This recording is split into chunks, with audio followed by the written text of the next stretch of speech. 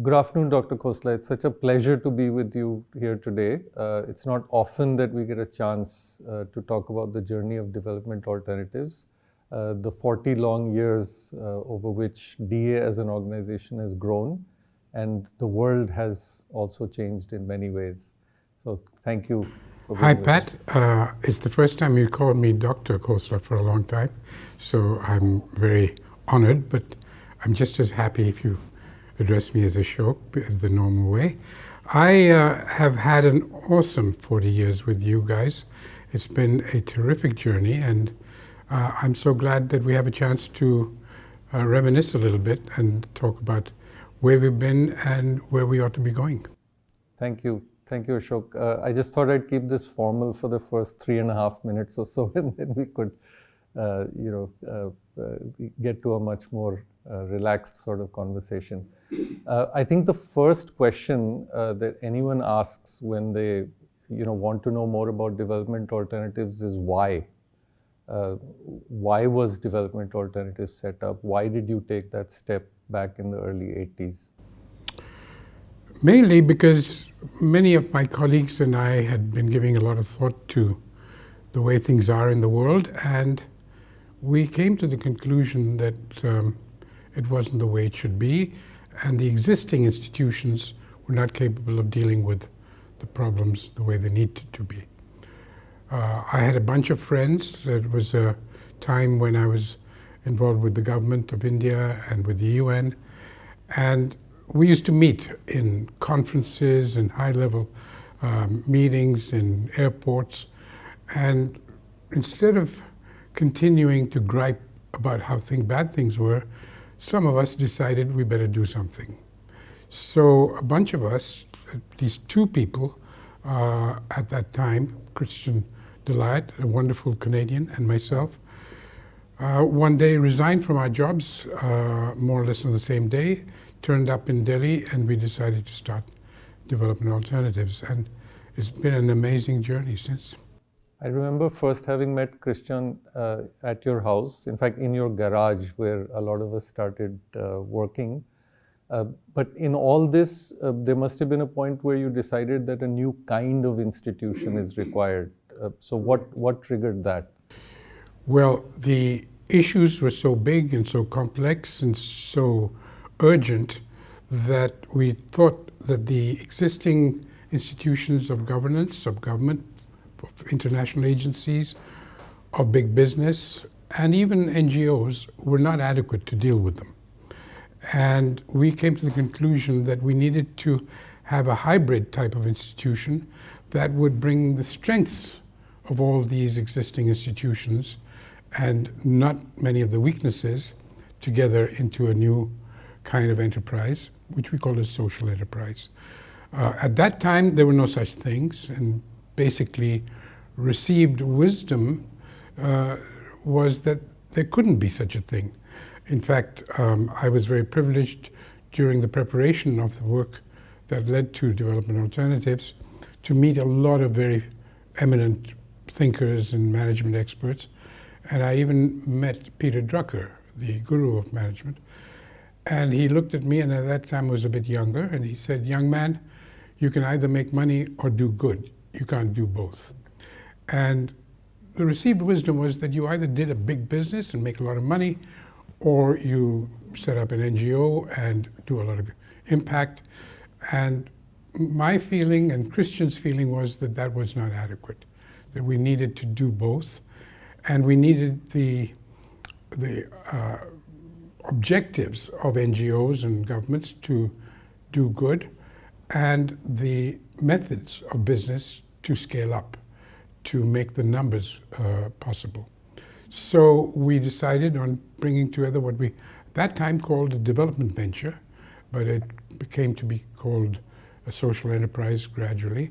And we were the first in the world to address the issues of sustainability through an enterprise of this type. It's interesting you mentioned that because the phrase or the sentence that you use, development is good business, was one of the first things that attracted a lot of us at that time to development alternatives. the fact that you can make an impact in social environmental terms and yet be professional about it. Is this roughly about the time when you wrote the Blue Book, and how did that Yes. come together? Yes, I needed a business plan in order to raise money to get started. So I was given a very generous condition to continue to work in the UN, that I could do what I wanted and prepare for my next phase, which was development alternatives. And so we basically thought it through, and the Blue Book is essentially a business plan for a social enterprise, which we came to call Development Alternatives. And that basically Bible of social enterprise was the blueprint for what we designed, yes. Which had a lot of emphasis on technology. I remember reading, that part in detail. Blue Book was all about innovation. Okay. And innovation in technology, innovation in institutions, innovation in policy frameworks. So it was about innovation. And why innovation? Because if things were so bad, you obviously needed change. And change requires innovation. So innovation, broadly speaking, was not just about machines and tools and technologies, but about the way we arrange our affairs and how we motivate people, how we get the best out of them, how do you make productive, creative organizations that can deliver innovations on a large scale. So I suppose this is where the three branches of development alternatives came into existence: relationships between people and machines, people in nature, and then people and people among themselves. Correct. See, basically, if you ask me why did we set it up, I gave you a reason in terms of the lack of institutional frameworks that could deliver what was needed. But what was needed? What was needed at that time, and still is, the eradication of poverty, extreme poverty throughout the world, and regeneration of the natural resource base, conserving our heritage in terms of nature was as important for us as the twin problem of poverty. And these two had to be dealt with together, and we didn't see many institutions doing that. So we felt that this was a niche that we had to fill to bring about a different kind of a world in which people and nature mattered. We also had, in a sense, a proximate reason why we wanted to do this, and it was an internal, a personal reason, because most of the partners that I worked with in conceiving development alternatives were driven by a sense of outrage, an individual, specific outrage that the world should be so unfair, so unjust, and I think that was the most important driving force, the desire to see a better world for everyone and for the long term. So many of us had this feeling that a large part of our problems are from short-term thinking, of greed, of basically ignoring the background within which development takes place, and we were driven by the need to deal with that as well. The period that we're talking about is the mid-80s. Liberalization had not kicked in yet. It came a bit later. And you must have been among the first people who talked about using entrepreneurship, markets that existed in India as the way they were, as a means of engineering change. Was it blasphemous to many that you could, do the work of the government or, what would normally be done through charity in such a manner? Certainly within the civil society sector, it was blasphemous. We got a lot of flack, and we were not ostracized because our intentions were seen to be good, but frankly, our methodologies were suspect because for most NGOs and voluntary organizations, business is the enemy. It's the cause of the problems, and we were espousing some of their methods, and that wasn't congenial to the local thinking. But I would say that the logic behind what we were doing was pretty strong, and although I'm not sure that we've had a large number of organizations clone what we do yet, which would be a good sign of success, but there are a lot more today, people wanting to call themselves social enterprises, than there were at that time, yeah. Did you have to put in a lot of effort to raise funds or find support within government? I can't, for example, by the time I joined DA in 1988, I can't really remember corporate funding being very big at that time. It was more governments, multilaterals, bilaterals. How did we get the engine up and running on a sustained basis? Yeah, that's a good question. We basically, it's impossible to build an entity of the kind that we had in mind without some capital, some money. And we were very fortunate because my employer, the United Nations Environment Program, thought that what I wanted to do here extended their activities, in a sense, amplified on their goals. And so they were willing to give me quite a lot of donation and project grant, to start Development Alternatives, which gave me a head start. And it was with that money that we were able to bring in some amazingly smart young scientists and engineers to start work. But that couldn't have gone on very long because there is a limit to how much a UN agency is able to pay. And we got a fair amount of support from foundations, which were really corporate foundations. Foundations like the MacArthur Foundation or Rockefeller or Ford. These were all corporate money, but philanthropic money. And that was an enormous amount of help, which enabled us to do really creative thinking and building an institution that could do creative thinking.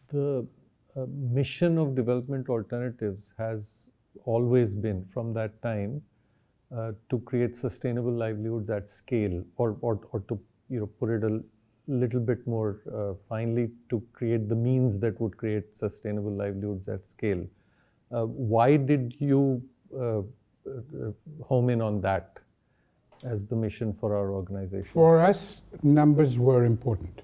Quality of change and the scale of change were both a given from the beginning. If you could change the lives of a few people in a village, I think that's a wonderful thing to do, and we had no problem with that, and we encouraged our colleagues to do exactly that.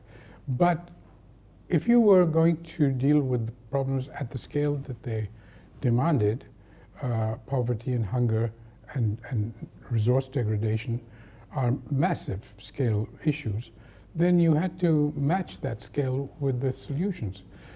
There's a law in cybernetics called Ashby's law, which basically says that the scale of the complexity of your problem needs to be matched by the scale and complexity of your solutions, and that makes sense. And so for us, scale was very deeply embedded, and in order to do that, we had 2 or 3 secrets.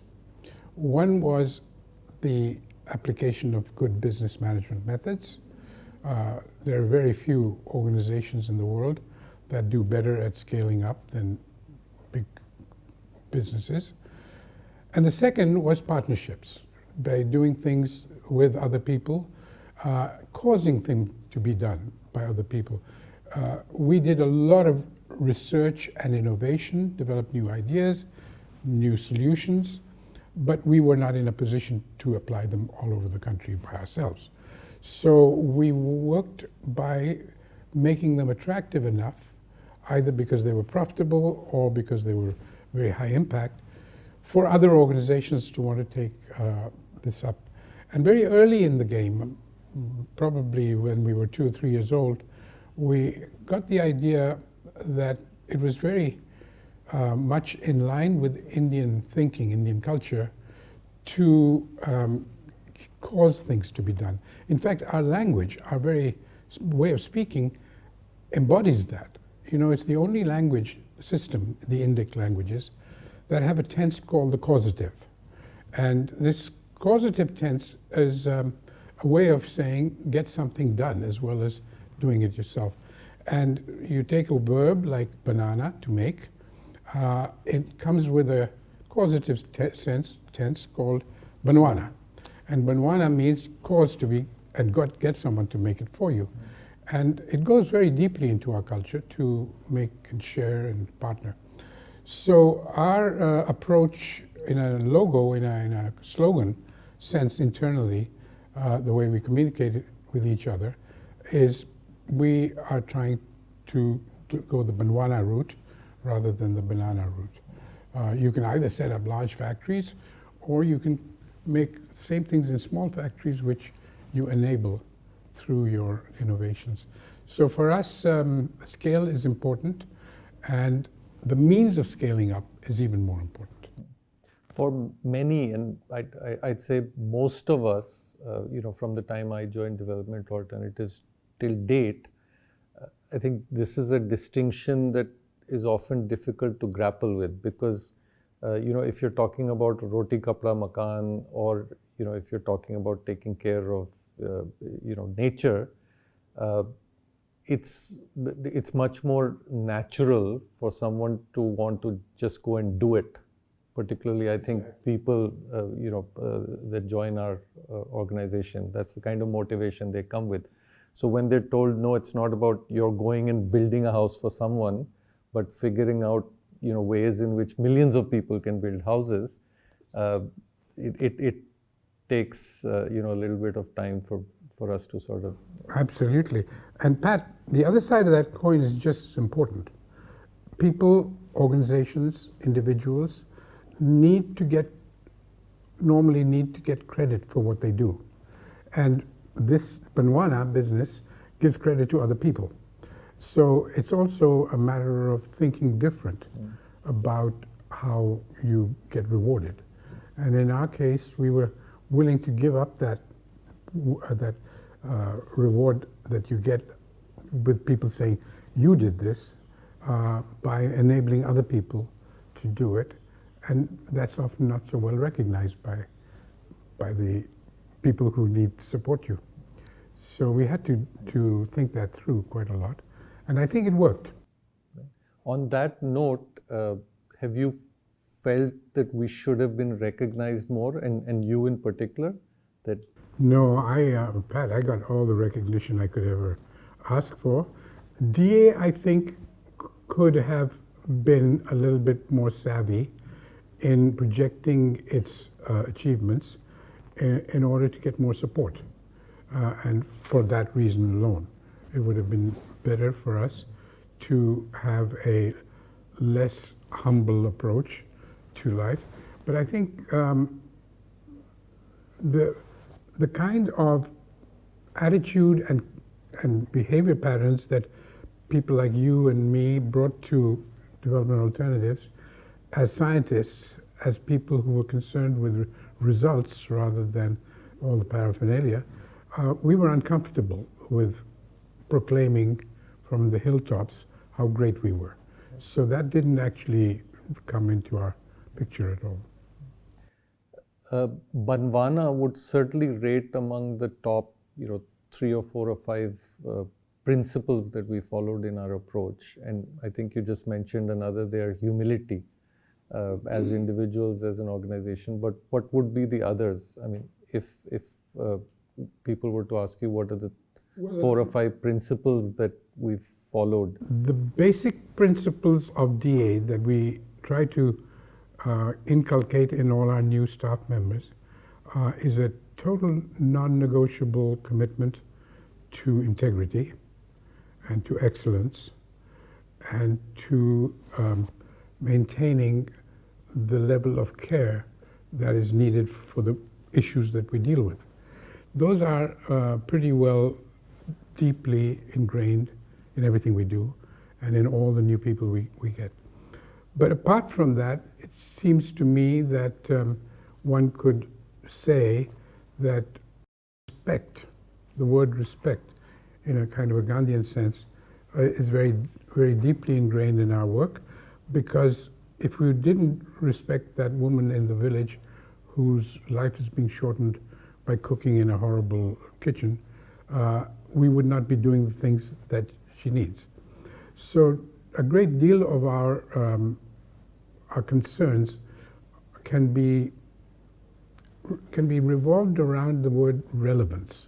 And the relevance is from real issues seen in real terms rather than hearsay or secondary materials or whatever. So a large effort on the part of DA is to be out there, have a look at the real issues, and try to find some real solutions that impact the people's lives.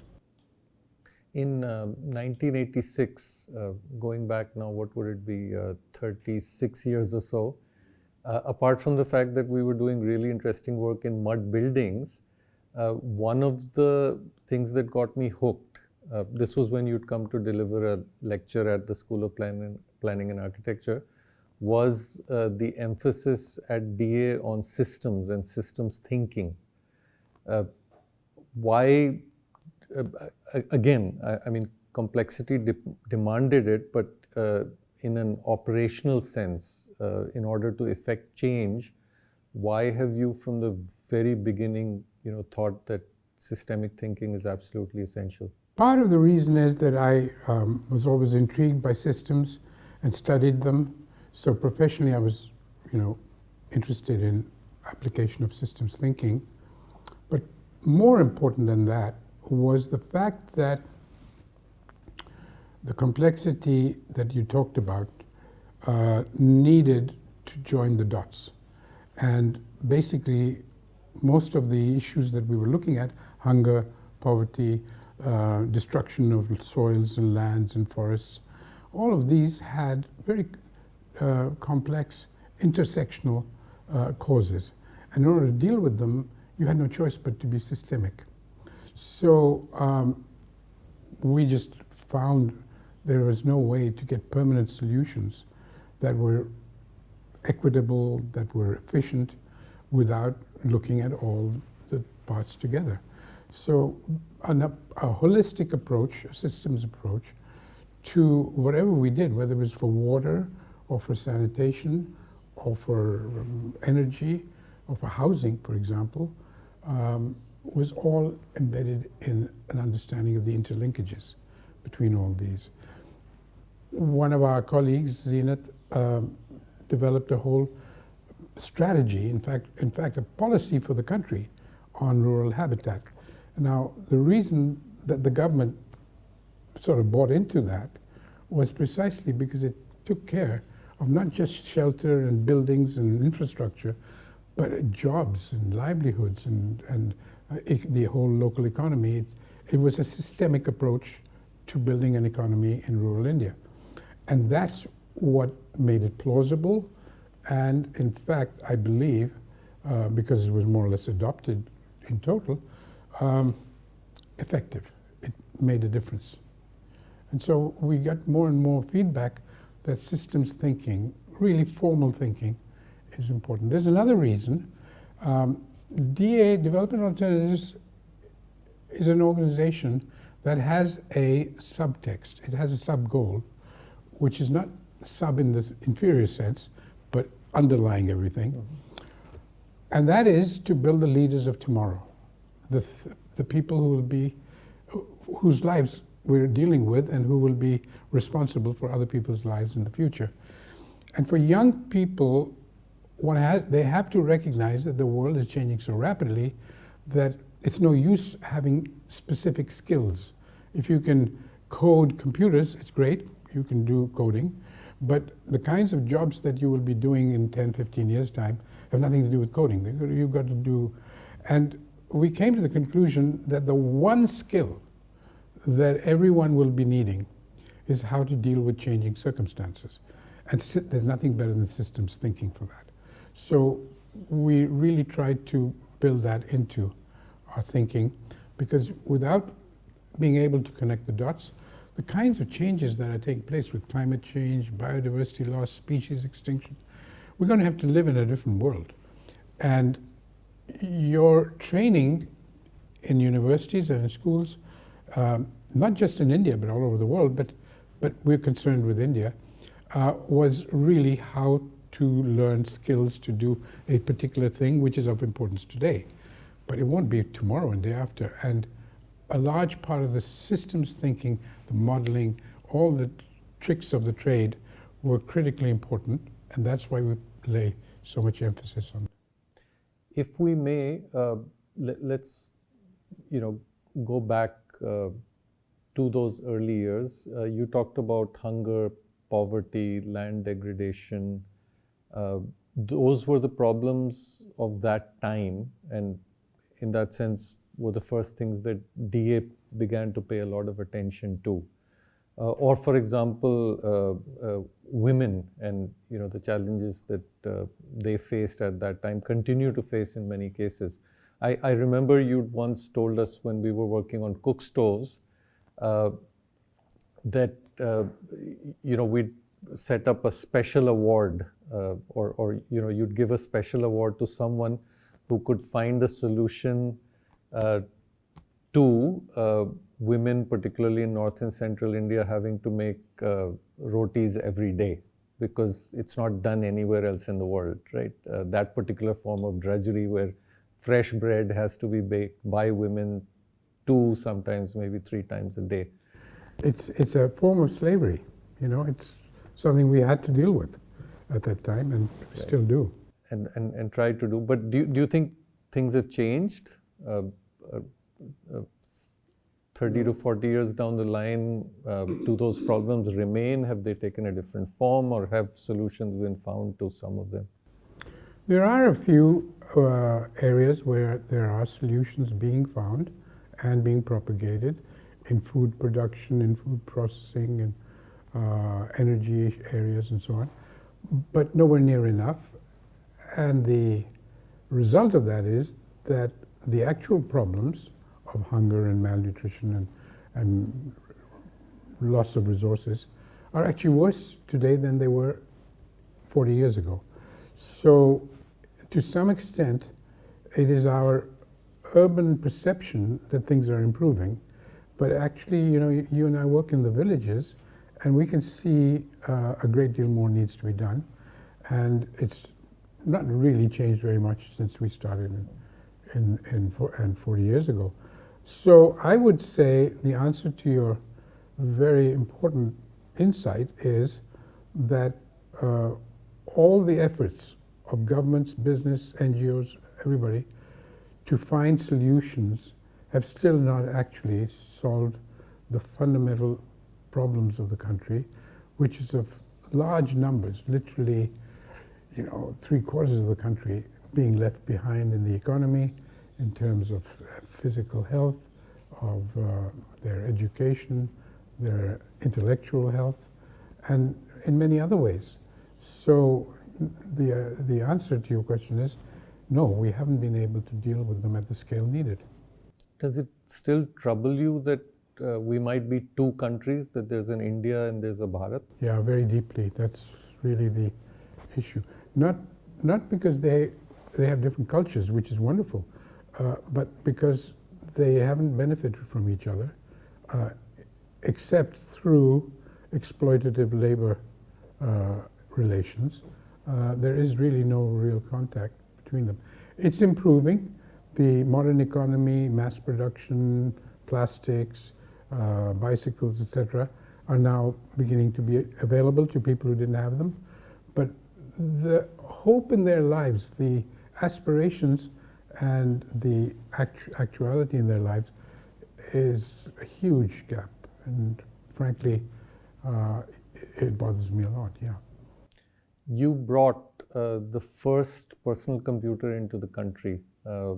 I and a lot of other people had so much fun fooling around with it in 1986, 87, 88. But the reason why I'm bringing that up is whether digital technology might have actually played a role in improving the lives of people. Is that access to information, for example, people argue Sure. through mobile phones has made a difference? Sure, you remind me, in 1982, when the IBM PC was first launched, I booked one and flew all the way to New York from Nairobi to pick it up. And I was transferring to India as a transfer person, and so I was allowed certain amount of imports, and I smuggled the computer in, and I was allowed to do that because the customs officer kindly took my explanation, which was that it's a new kind of television, and I brought it home. The reason that it was so important in our lives was that it was the best recruitment tool that I ever had. I mean, because of that, we call her the old lady because she was very, very important in our lives. Half of the toppers from IIT and SPA were interested in coming to work with us, and we had a terrific time. So this gadget, the PC, which is terribly rudimentary. I mean, you know, it was 8K memory. I mean, it was ridiculous how weak it was. Embodied for us not only a way of working, doing our work better, but how to apply it for our work in the development arena. And of course, we've seen, that was in '82, by the year 2002, there were about 800 million cell phones around the country. So obviously, digital technology has had a great impact on the kinds of issues that we deal with. And our educational work, a lot of our literacy work, a lot of our field work has benefited from it. But if you look around the country, I mean, you know, job creation became the central issue of DA, what we call sustainable livelihoods. This little gadget alone has enabled, it hasn't created it necessarily, but enabled the creation of literally hundreds of millions of jobs, which is terrific. So you're quite right, that's the kind of innovation that DA should have been at the leading edge of. Having digressed a little bit into you know, the potential of digital technology, let's get back to people.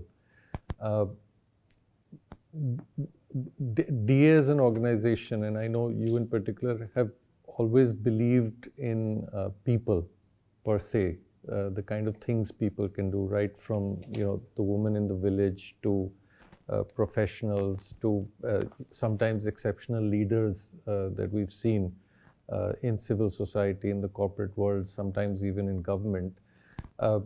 Have you, over these years, felt that you know, it's been a lonely journey, or do you see, or did you see occasions in which you felt, you know, people were actually coming together to further a cause, to collaborate, to, you know, work in partnerships? Well, look, the experience of DA itself, which grew to be 700-800 people, obviously showed that there were a lot of people interested and totally committed. So that is never a basis for loneliness of that kind. The loneliness one feels in a professional job is that there are less than you would wish recognition of the possibilities that your innovations can create for the country. So there, I think it's important that we recognize that anyone working for a better world is going to be alone in many ways. There are not that many things. I can't complain. I have to tell you that my family was incredibly supportive of what we did. My parents my father's greatest day in his life was when I resigned a job in the UN and came to work for 1/100th the amount salary in DA. He basically made it possible for us to start the organization. He paid for the land. He basically, and he was not a rich person, but my whole family, my wife, my parents, my kids, they all felt that this was something that was worthwhile, and I could not have done it without that kind of support from friends and from my colleagues.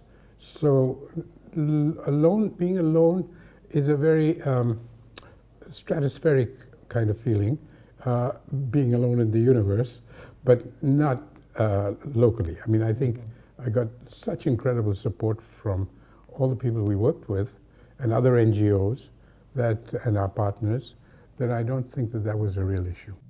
I thought we'd talk about this at the end, but this might be a good time. Were there moments in these 40 years when you thought it's not going to work out, or that we aren't able to do enough? Yes, we are certainly not able to do enough because the problem is big, and that's a feeling you can see right now still. But there was never a time when the existence of what we had to do came into question. I mean, we really had a total commitment to see it through to the end. And I think my colleagues like you have demonstrated that no matter how difficult things are, and we've been through tough times, it's still something we have to do. For a professional like you, who could have been, a world eminent architect and doing the kinds of things that you must have wanted to aspire to when you were a kid, this must be somewhat different, but you never gave up. And I think it's remarkable how many people we have in the organization who have no concept of giving up what we're doing, which is terrific. In fact, I think if I may just throw in a thought, I think it's probably one of the things that makes Development Alternatives and Tara, our sister organizations, unique, that we have a extremely high level of entrepreneurship within the organization. Yes, we like to call it intrapreneurship because it's cultivated as a part of the organizational culture. We're pretty clear in our minds that we're not in the business of charity. Charity is not bad, and there's probably no country in the world that has more charity giving than India. But we're really looking at not simply giving money, but investing in a better future, investing in people, investing in enterprises, creating institutions that will grow and stand on their own feet and make the future better for everyone. So for us, it's philanthropy rather than charity that you do. In our case, we're not philanthropic in the sense we don't bring money is not the big issue, but ideas, concepts, innovations. But it is in a sense philanthropic because the staff of this organization are working at salaries which are so below the normal market salaries that they're actually donating. They're philanthropists, each one of them, putting their own wealth at stake and doing enormous work. So for DA, it's been a question of commitments, dedication to a better future for all, and not just for oneself. And I think we've been very fortunate in having a large number of people who feel that way. We try not to think in terms of having made a sacrifice, and I think a lot of that inspiration comes from you because I know for one that you've never felt that you've had to sacrifice anything. In fact, this is probably what you've always wanted to do. It's your first love. Exactly. On the contrary, instead of thinking of it as a sacrifice, it's a challenge that is exactly what we're supposed to be doing. People used to say, "You must be feeling very frustrated." I said, "Frustrated for what? I mean, this is the job that we need to do, and any little success is actually the opposite of frustration. It's a reward, and it's life-giving." So yeah, you're right. It's a part of the DA thinking that this is a kind of privilege to be able to work on these issues in a way that makes a difference. We've always been inspired by other leaders in civil society, because I think we also recognize the importance of civil society. Uh, have you who do you feel might have helped you personally or the organization in this journey? But more than that, have you felt that uh, our ideas, uh, the whole approach, the kind of principles that we talked about, that they found resonance within civil society, or has that been troublesome at times? I think the substantive part, how we deal with water or energy or cooking or improved health or improved education and knowledge, that finds a lot of resonance. And there are plenty of organizations that have come to me and said, we've learned from you, or we're doing this because we saw you doing it effectively. And I think that's had an impact.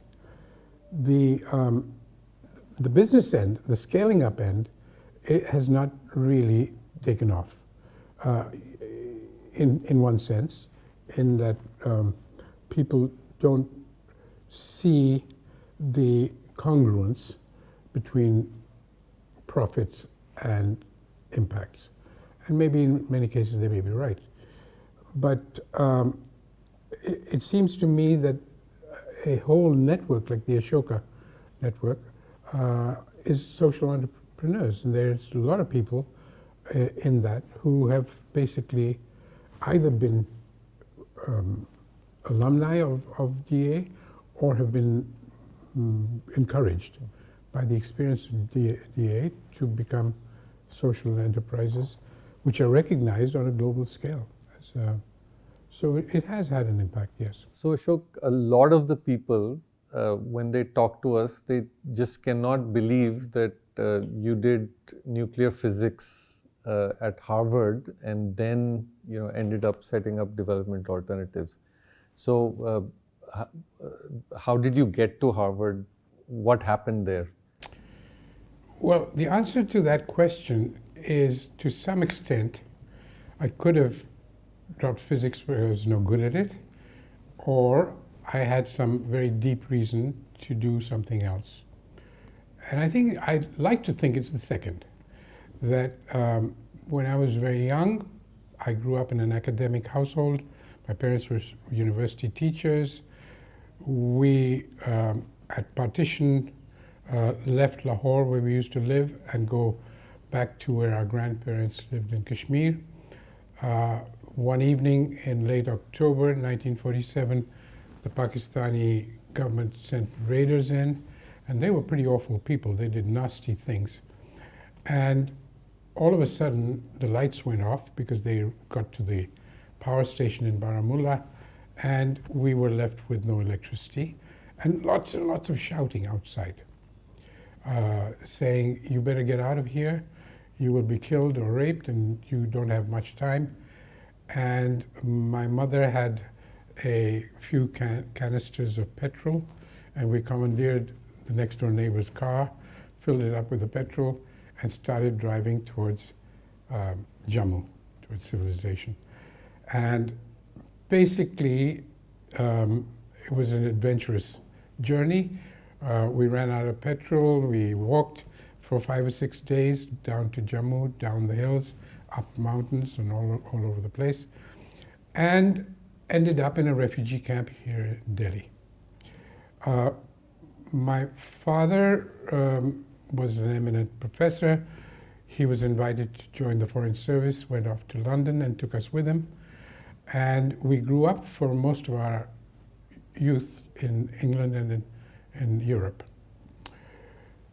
What happened basically was that it's all about DNA, really. But a DNA that evolves, not just purely but genetically, but in the form of experience. And my DNA was India. My whole being was about how I could be a citizen of my own country and be able to contribute to it from a very early age. And when I went to school in England, I fell in love with science. I used to read science. I couldn't stop reading science. I used to do laboratory work. I was convinced that the only thing in life was to be a physicist and to get a Nobel Prize. That was the driving force for many years. So I did that. I was in school, high school and boarding school in England, and then from there I went to college in England, where I got a degree in natural sciences. And from there I went to Harvard to do a PhD in experimental physics. It was a great opportunity to grow and learn. And remember that almost everything in the back of my mind was, will this be useful in India? Will I be able to do something with this that would contribute to people in India? So at that time at Harvard, I was given an opportunity by an amazing professor who did not drive me to finish my PhD by such and such a date and to be able to justify an academic career.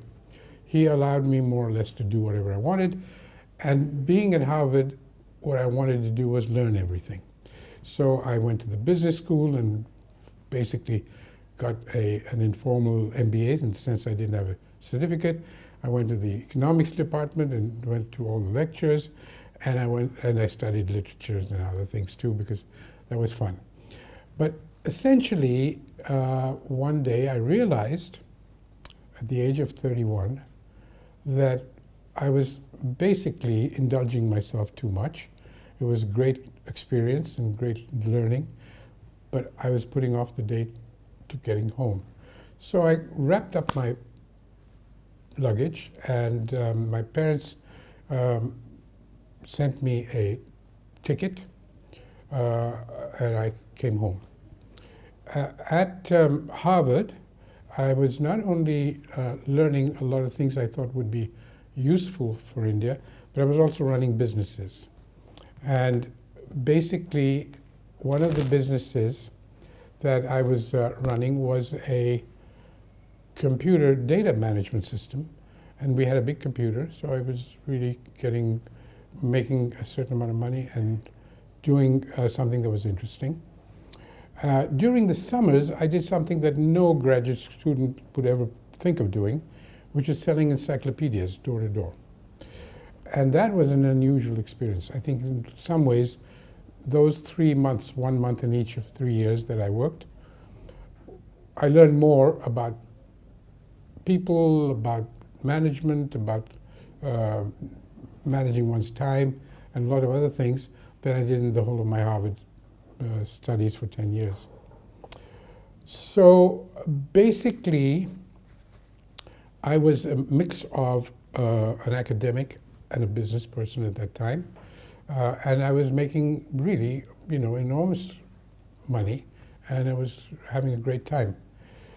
The one thing that I did at that time, which was very life-changing for me, was to teach a course with a second professor who was also a gigantic intellect.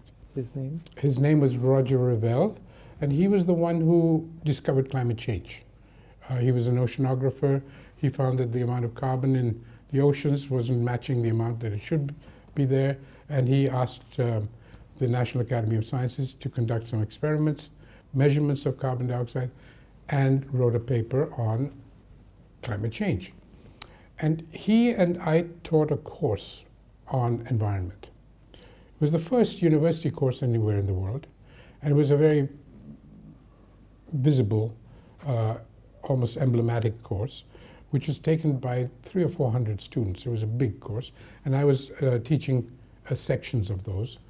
And my students included Vice President Al Gore, Benazir Bhutto, who became Prime Minister of Pakistan later on, and a lot of other people who now headline material. So Professor Revelle, who was really more a family than a professor for me because we worked together a great deal, wrote to Mrs. Gandhi, Indira Gandhi, saying that I was insisting on coming home and that she should help me find a job. So as soon as I got home, I was given this letter from the Prime Minister's office saying I should meet them, and she was setting up a Ministry of Environment, which wasn't quite a ministry at the time. It was an agency under the Ministry of Science and Technology. I basically was offered the job of setting it up and running it, which is really quite extraordinary because I was only 31 years old at the time, but and I was not IAS. I was an outsider and so on. But it sounded like a good thing. But my re-entry into India after nearly 20 odd years wasn't good. It was rather disastrous. I'd been brainwashed by the West, and so to me everything in Delhi seemed to be non-functional. And I basically packed up my bags again, one bag, and went off to Goa and became a hippie, and I had a great time. And then I got a call from the Prime Minister's office saying, I thought you were going to start this thing up, so I decided to come back, and we started it up. Yeah, we've been looking for photographs from that time in Goa, and we have not found any.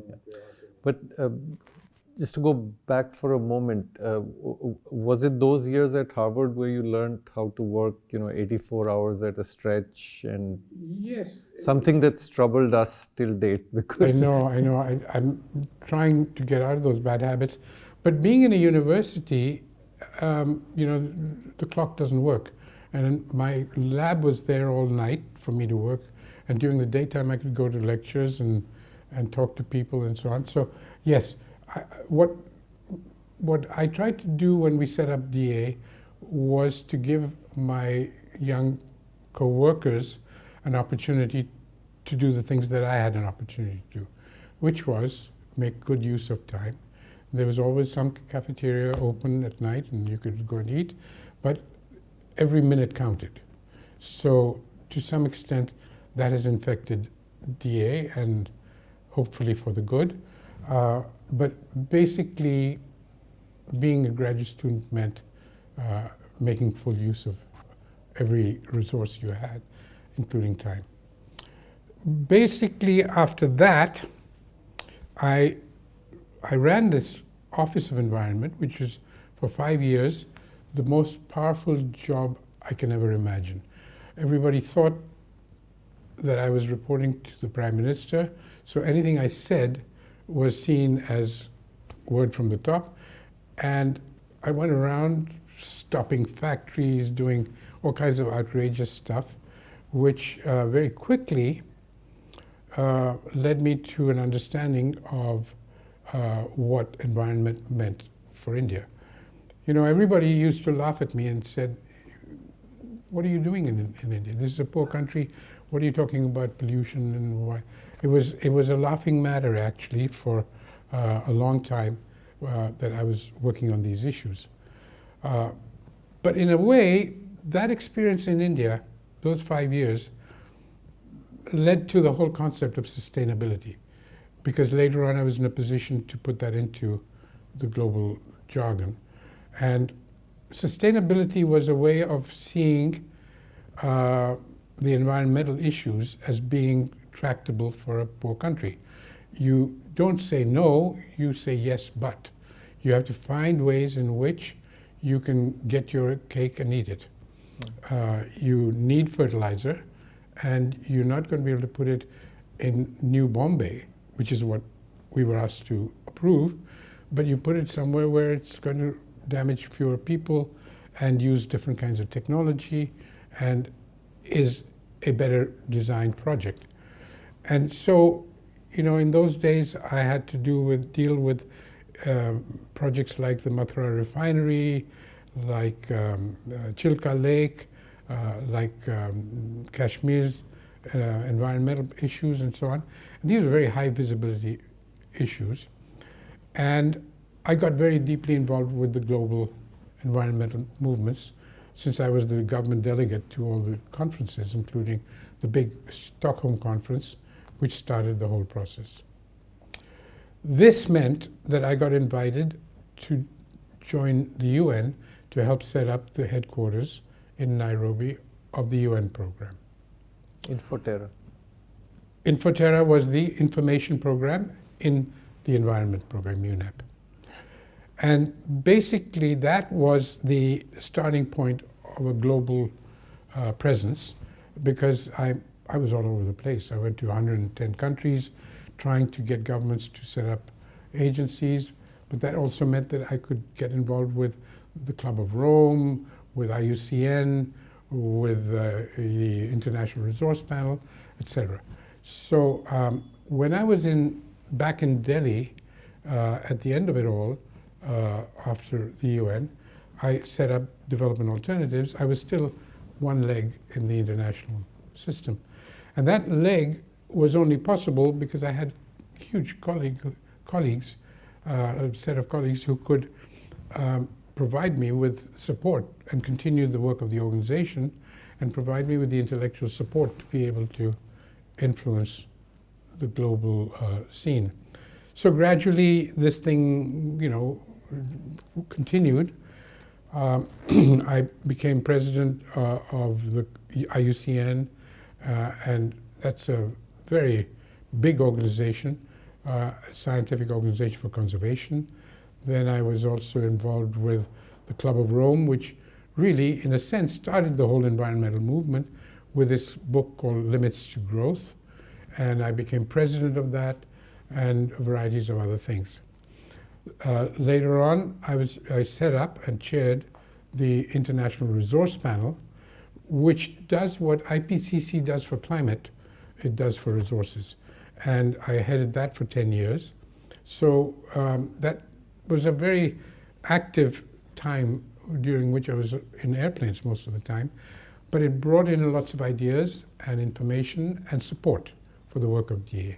So, Ashok, we're quite used to waking up in the morning and looking at emails that you sent at 3 a.m. But is it all work and is it always work, or is there something else that No, I have plenty of other things I have to do, but I am a night person, so I get up a bit later in the morning, but I try to get things finished for the day before I go to sleep. My habits have to change, you're quite right. I don't think it's a good thing to do. May I ask you a slightly difficult question? It might be difficult.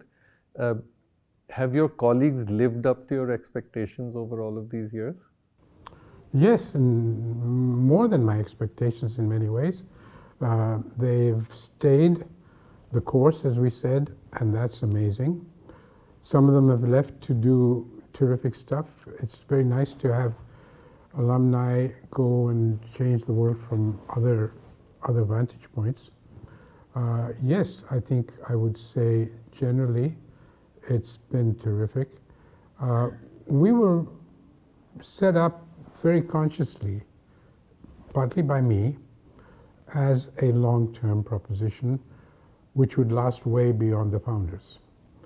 So we had a lot of management systems in place to build the leaders, and so that worked out, I think, very well. We were about 12 years old, 14 years old, when we had our first succession, so that I could still be on the board, but there was a new management.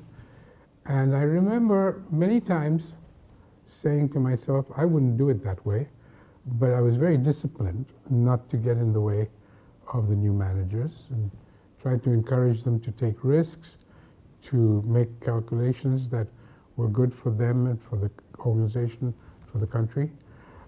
But I did not rule over them. And I was very careful for them to understand that they were the bosses. They had to. That succession has taken place again, which means that we now have third generation, and I hope that the third generation will build the fourth.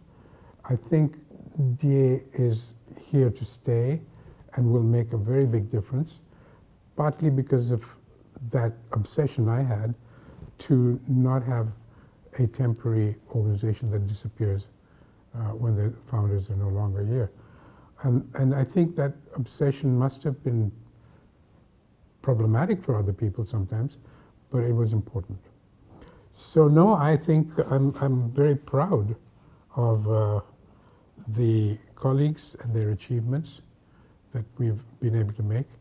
You know, Pat, this organization, a little organization coming out of the blue, has developed major policy initiatives, particularly in shelter, habitat, construction areas, major innovations in technology for construction, not least a new cement, which is probably the first new cement in 200 years. I suspect it's about the fourth or fifth cement in history.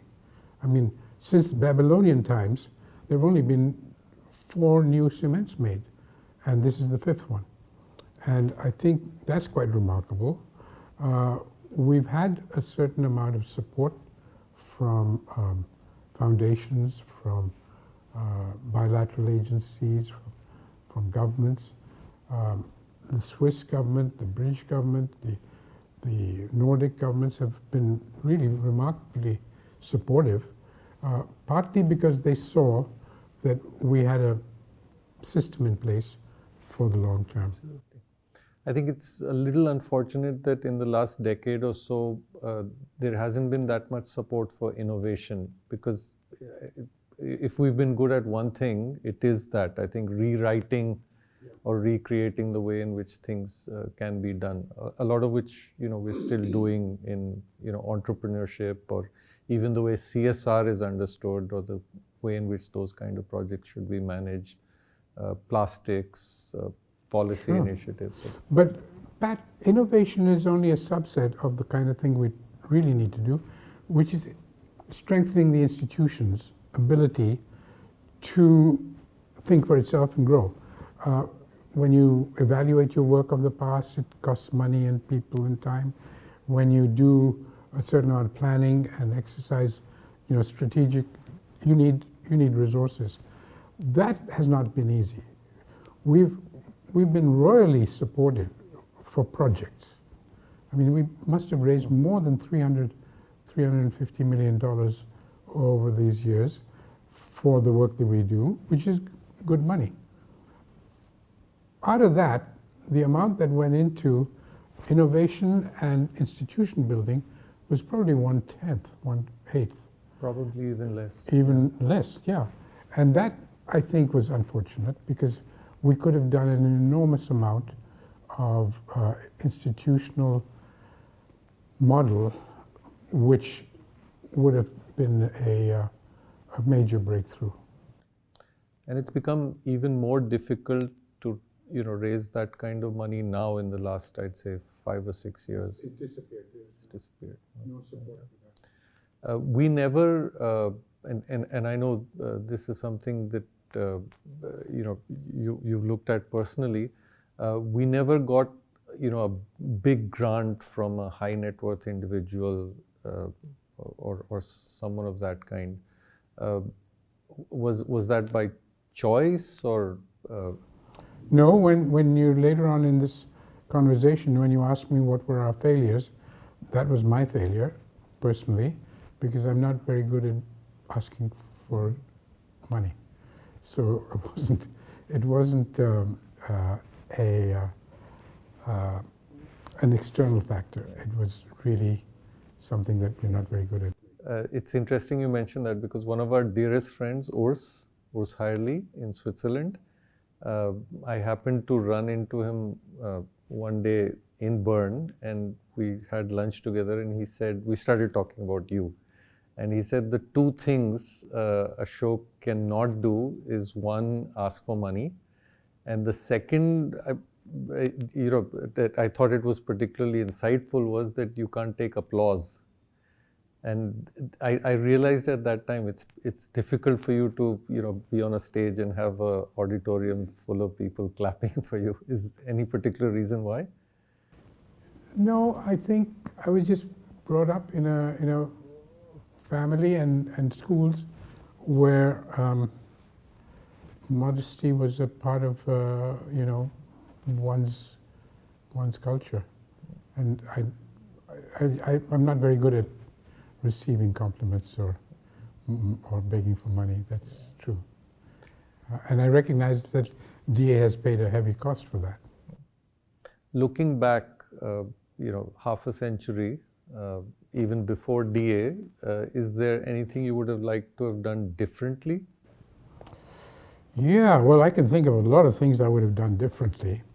I would have probably, the first thing I keep thinking is that I had these opportunities before I came back from the US of making a lot of money. I was good at doing business, and I was offered a number of pretty interesting jobs.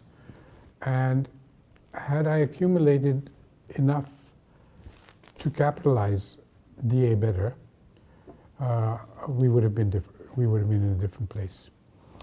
I also think that working in India is not that easy. Everybody else is doing it, but it's if you're really in a rush to make total fundamental changes, it's a difficult country to do that. The ease of doing business is pretty bad. The ease of doing good is even worse.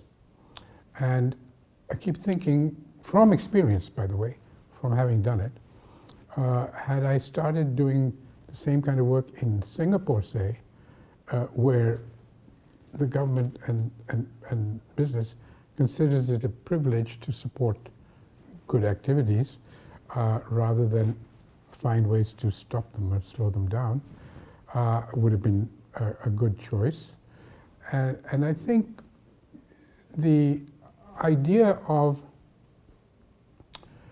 having a social enterprise, which meant that we had a business to earn enough money to support the NGO, may have sidetracked us because we didn't have access to the quality of business management that we needed.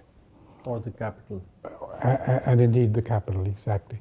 So given that we had these constraints, I should have noticed earlier that wasn't necessarily going to be effective.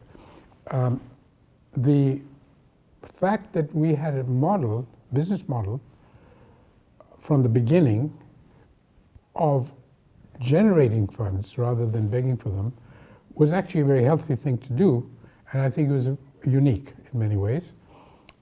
To earn revenues on the basis of all the good that you're doing, of the impact you're doing, was very important. And that may be one place that my colleagues may have underperformed, because I'm not sure that they fully understood the synergies between the different work that we did and make maximum mileage out of that. There was a need for that systems thinking and action based on that, which I think we missed out on. Do you think we could have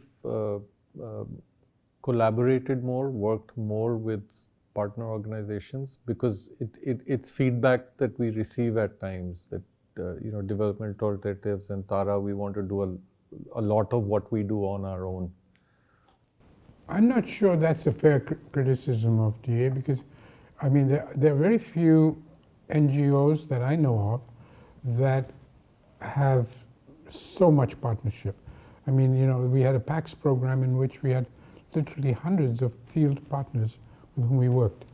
And it's true even today that much of our work is done actually through local NGOs, partners. In fact, because of our social enterprise model, we have three kinds of partners. We have local governments doing a lot of deep innovation and change work. We have local entrepreneurs and businesses, and we have the NGOs, civil society. So we actually have a lot more partners and varieties of partners than most NGOs. But whether we've made full use of them or not is another matter. I'm not sure that we made full use of local governments. We're not tuned into dealing with officials very well. So that's, I think, a valid criticism. With business, if you talk about big business, we've worked with a fair number of them quite successfully. But with small businesses, that's our job. That's all we do. Mini enterprises, micro enterprises, that's the central thrust. So I'm not sure that I would say we're not good at partnerships. We're seen as major partners of international organizations. I mean, we're constantly being asked to help with various UN agencies, the World Bank, and so on. So I'm not sure that's correct.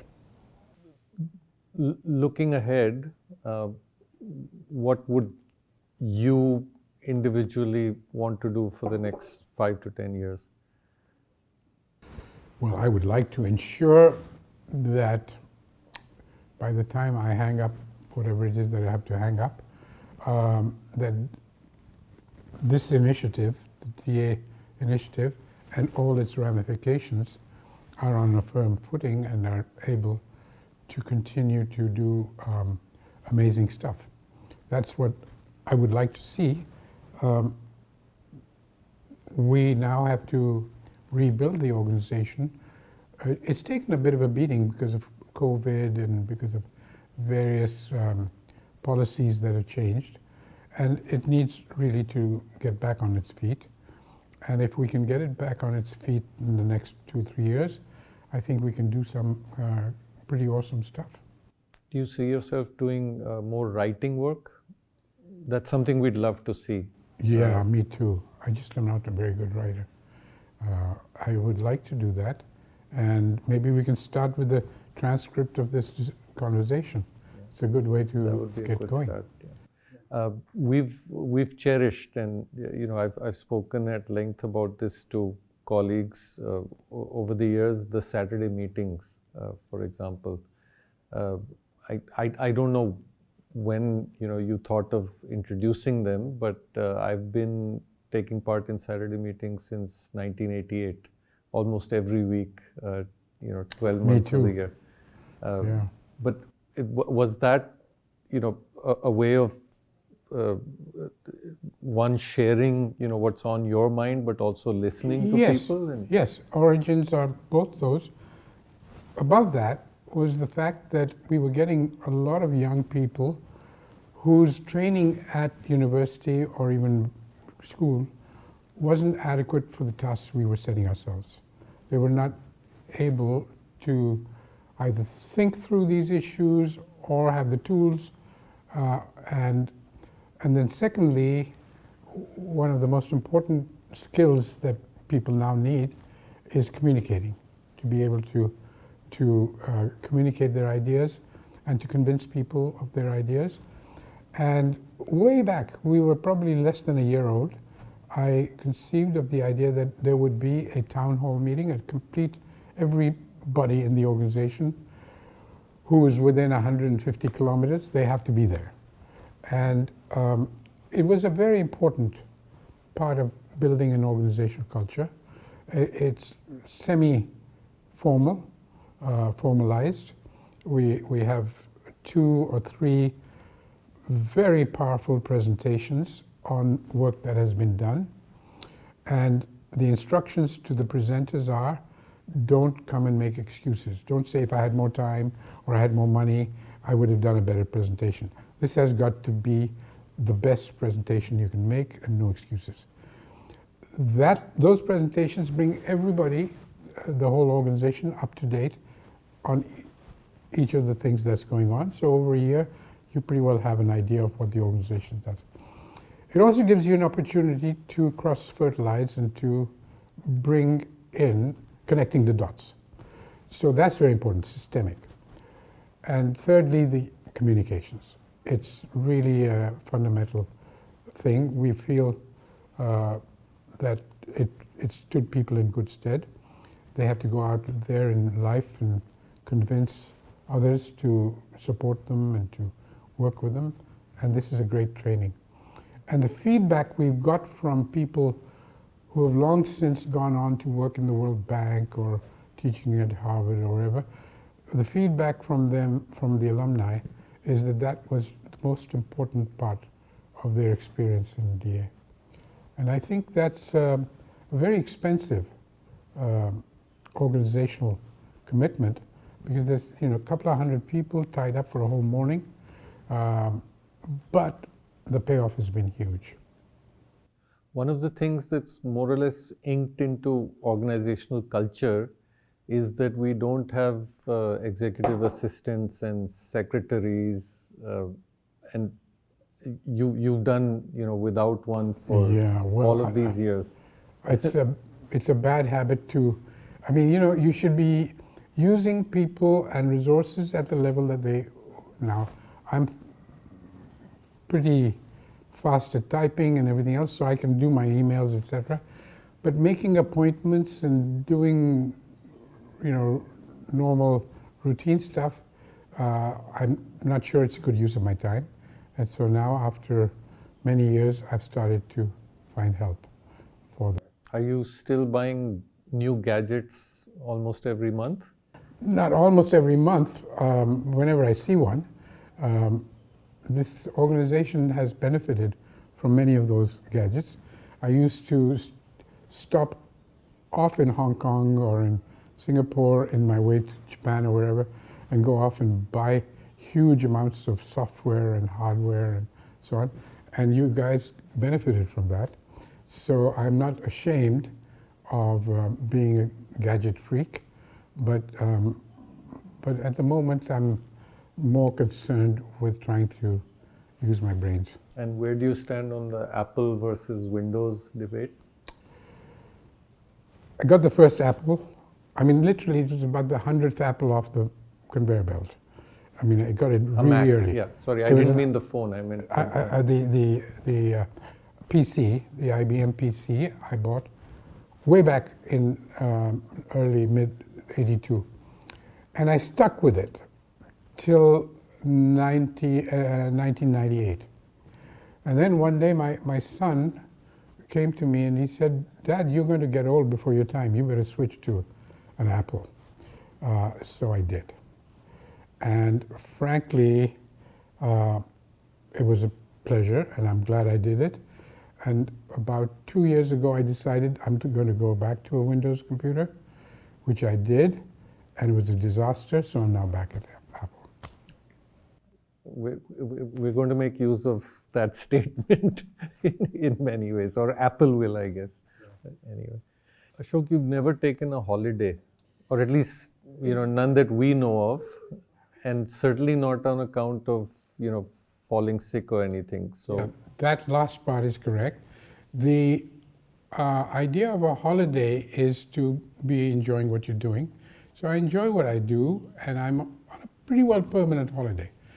But my job has been, for the last 40 years, traveling all over the world, at least once or twice a month, going to places where people go for their honeymoons. So I can't really say that it hasn't been a good holiday-filled life. I used to be very sickly when I was a kid, and I was asthmatic, and I was always sick. I was in hospitals all the time. But when I went up to Cambridge, to university, I just didn't see how that was relevant to this incredible opportunity to enjoy a great, learning experience. So I just one day said, I'm not going to be sick anymore. I just don't want to do that.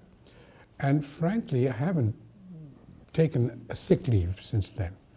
It doesn't mean that I didn't get sick, but usually on a Sunday or, on a Christmas Day or something.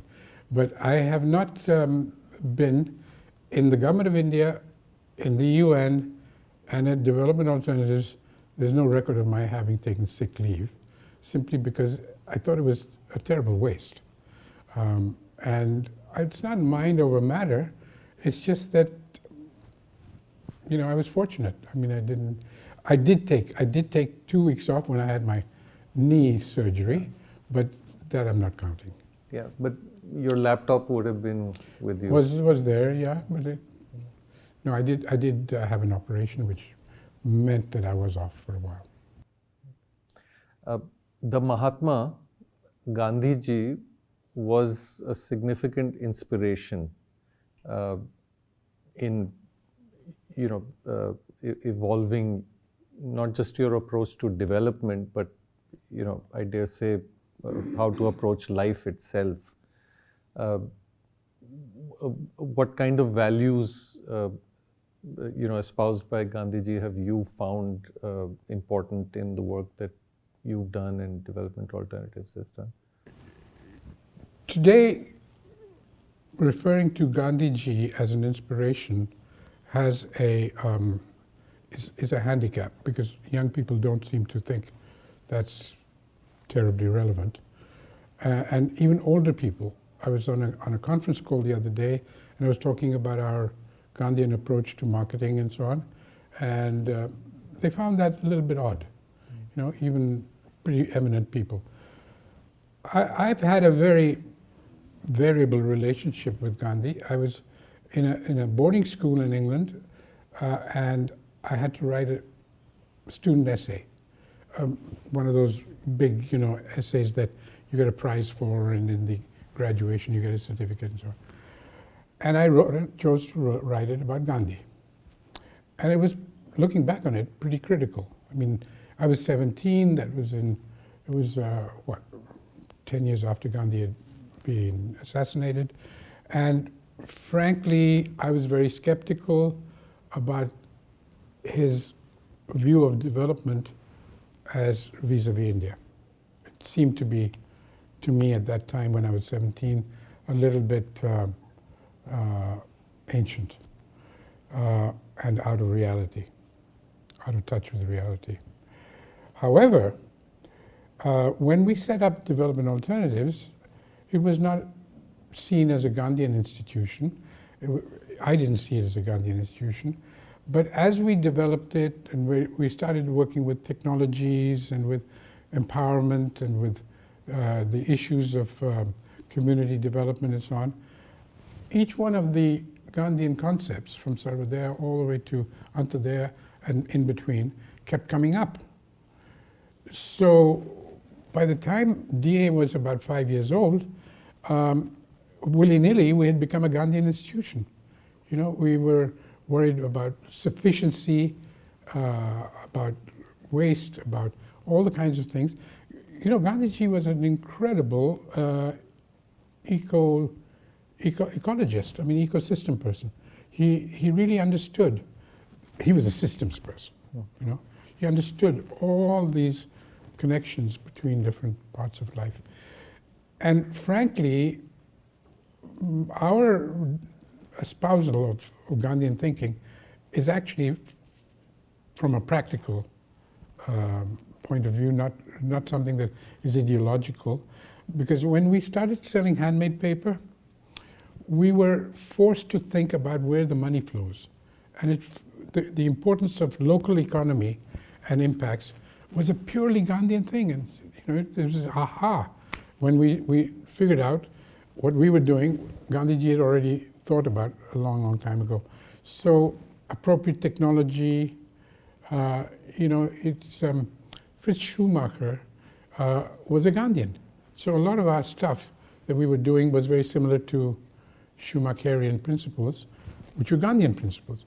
So actually we sort of got drawn into Gandhi as a practical matter. I mean, it wasn't something that we got up as a religious or an ethical or a moral ideology. It was obvious that was the way to go. Gandhiji was incredibly insightful about society, about people, and now, his religious end we're not very much into, so I can't say much. But all I can say is, if we have views of economics, ecology, work, trade, and so on, it's Gandhian. Many of us at DA have experienced the challenges one faces when you're sort of ahead of time, and we've faced them in small ways. You must have had this problem big time. How do you deal with it when you're talking about things which people will begin to see a decade down the line? Well, there's a lot of deja vu because we've thought through, tried to sell ideas which are too far ahead of time, and then 10 years later somebody does it. And that's happened with our Tara hubs, our scheme to bring in a network of industrial parks throughout India. Now, those kinds of things you get used to, and you say to yourself, it's a pity, I wish I'd been more persuasive. Frankly, the DA mentality conditions one to thinking that this is my responsibility and I should have done a better job. So being ahead of your time is very painful because you keep saying, yeah, but that's what we were trying to do, when someone else can come along and do it better. But if we really want to be brutally honest about it, being ahead of its time is a psychological cost. But in reality, whether you have an impact or not, or somebody else has an impact or not, is the crucial thing. I mean, the impact is the important thing. And if it comes 10 years later, then at least there. Globally, you must be among the 5 or 6 people who'd actually predicted climate change and talked about the effects of climate change. Do you think the world responded too slowly to those predictions? Pretty well to all predictions except ozone were slow. To biodiversity loss, it's even slower. I mean, extinction of species is going at a rate right now that is truly a threat to human life, to civilization, to life on Earth. But basically, I was among, as you say, the first half dozen people to plant a flag for each one of these things.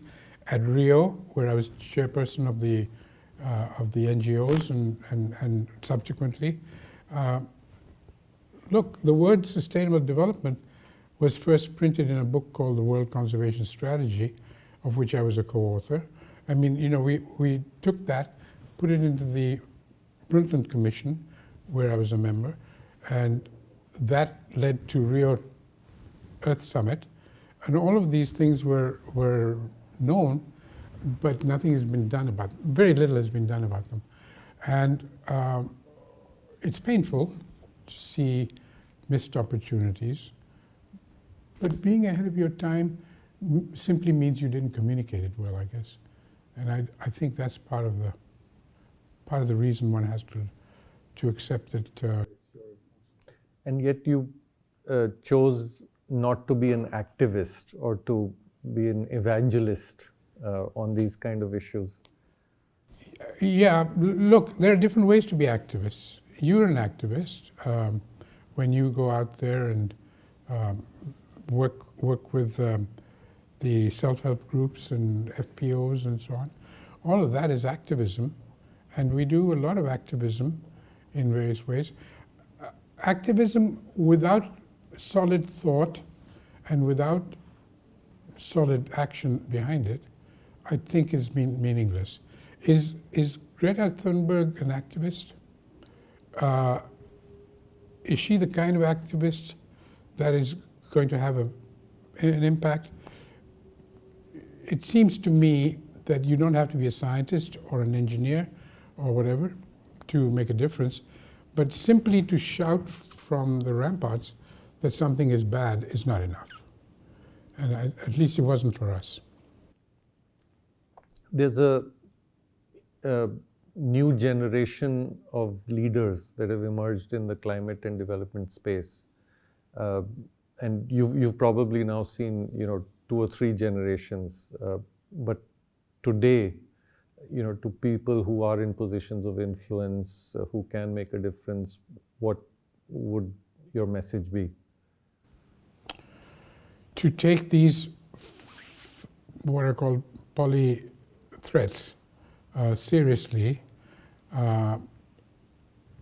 For me, the biggest single threat to civilization, not to life on Earth, but to civilization, is extreme poverty.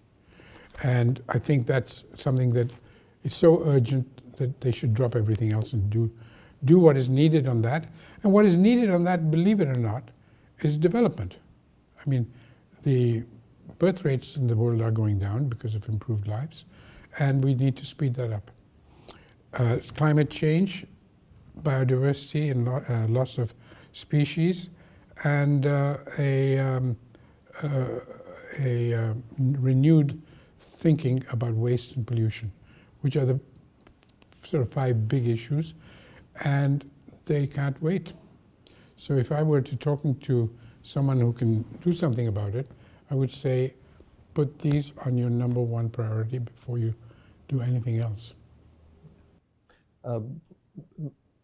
Many of us have thought about, how our children will now have children who will be alive in the year 2100, and it's a frightening thought. I mean, if things continue the way they are, 2100 could be, At the moment, we're not heading in the right direction on any of these 5 issues. One of the things that has fascinated us as colleagues, over these 3 decades and more, is that for someone who can look so closely at problems and understand them in so much detail, you also give us a lot of hope. I mean, I'd say you radiate hope. You've almost written the textbook of hope as far as environment and development is concerned. So what would be your biggest fears? You've mentioned some of them, but then also your most prominent hopes for the future. Yeah, people say I'm an optimist, and I'm not sure what that means because it's not a religion. It's my hope comes from reasoned thinking about what we could be doing, and my hope comes from the fact that organizations like ours will have an impact on that thinking. So the hope has to be founded in some reality, a real potential for achieving it. And I think most of us who are problem solvers rather than problem explicators have ideas about how things can be different. So I would like to think that the hope that the world has is in recognizing that if there's anybody without hope, then there's no hope for everyone. So in a sense, if that woman in a Bundelkhand village where we work isn't going to have a better life, then it's going to have an impact on us too. Partly through population growth, partly through destruction of forests and soils and rivers, partly through breakdown in the economy. And also, it is not inconceivable, though India may be an exception, for societies to break down and destroy everything that we have been able to create so far in civilization.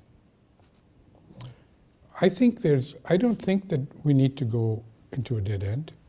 We need really now to think of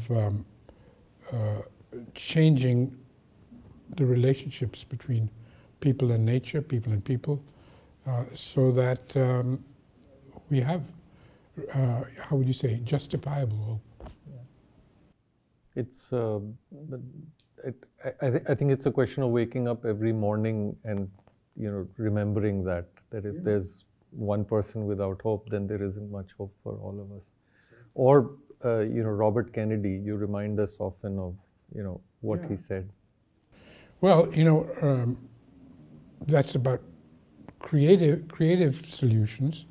A few minutes before he was assassinated, he was making a speech, and he said, there are people around who look around them and ask, why? Why are things so bad?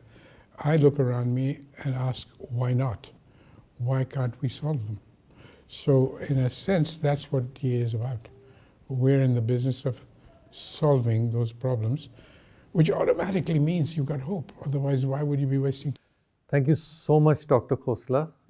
As always, and I just wish we had this, happening more often. Every conversation with you is not just a pleasure, but it's a huge learning experience. I'd like to thank you for, the privilege of having, worked with you for more than 35 years now. So, thank you very, very much. Thank you. Thank you, Pat. It's been a privilege to work with you and with all your colleagues. It's been rewarding. I must admit, Roger Revell, my partner in crime with climate change, used to say, he was already about 80 years old, used to say that he never had an academic year when he didn't teach a freshman class, because it was the only way to keep alive. So this is nice. For me, that's what I have, is young people thinking, and you get new ideas every day. And they appreciate it every chance that they get to meet you, particularly on Saturdays. Right? Our younger colleagues do appreciate that. So thank you very, very much. Thank you. Thank you.